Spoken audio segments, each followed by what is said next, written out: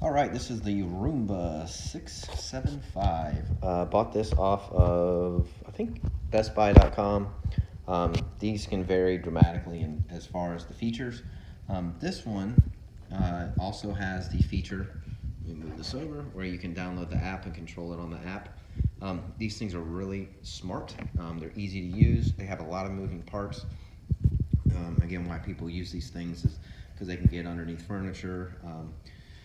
You can use it on different platforms to make it start and stop and charge and all that fun stuff. But essentially what you get here is you get the warranty, I'm not going over that, a bunch of fine print. When you first get it, when you flip it over, you do have to pull out this yellow tab right here. That's what gets the batteries activated. Keep it flipped over. You always want to charge it when you first get it with the charging base, which looks like this. Power cord goes on the side and is included. That light right there will light up. If it doesn't light up, you don't have power. Pretty plain and simple. Download the app if you're going to use the app, and then you can pair it as you can see here. It's really simple to do.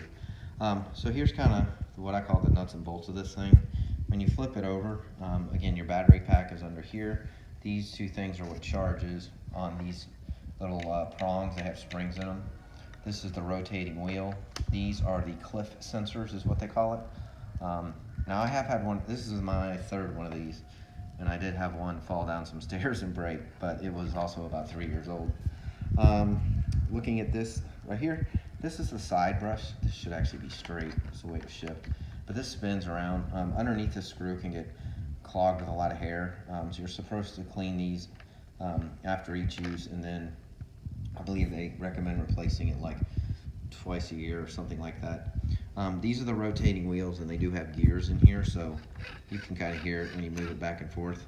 So the way this works is, again, it's upside down, but you just slide this piece out with the filters.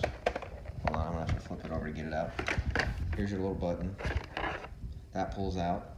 So see this right here? This will not start unless this is fully inserted. Actually, the other one I had does not have that button. I can just pull that right out.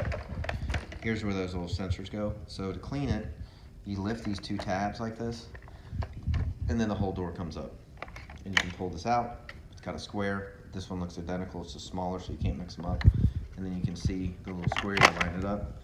Make sure these tabs are flat and laid down, and then you just pull it back down. So you need to let me rephrase that. You need to clean this after each use. Both of these get really nasty with carpet fibers and human hair, and if you have dogs, dog hair.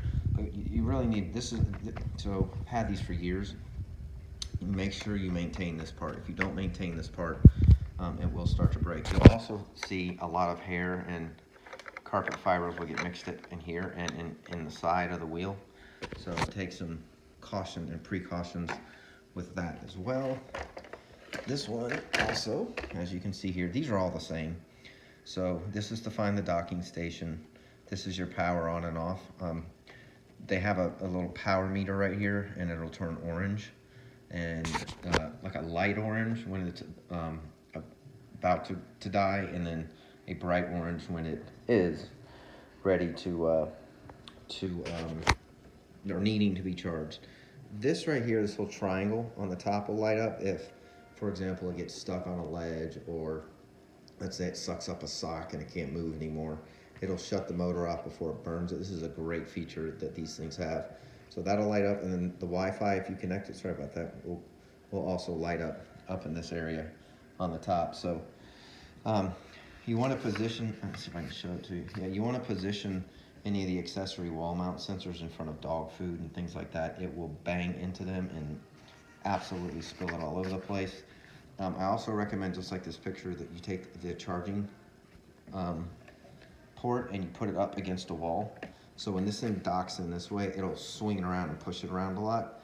You need to have, it needs to be a straightforward access point, but up against the wall is extremely helpful. Other than that, again, with the battery, it's really important that you don't always run it down low, and that you do fully charge it after each charge. You can buy replacement batteries, and that's the access points there to pull those and replace the battery. So this was kind of a review and a how-to to use it. Again, once everything is plugged in with the filters and it's charged, see how the feet kind of bounce? This has to be all the way down. Filter needs to be in the back. Hit the button and you're pretty much good to go. If you hit the button and it just kind of fires it up and it's green, hit it again and it'll start moving.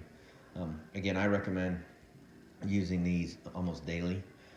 You'll almost not know how to live without it because, again, it gets rid of dust and dirt, all kinds of stuff you didn't even know, and it gets right underneath the furniture where it typically with a vacuum you can't access. So I highly recommend them. They're several $100s. Hope that helps.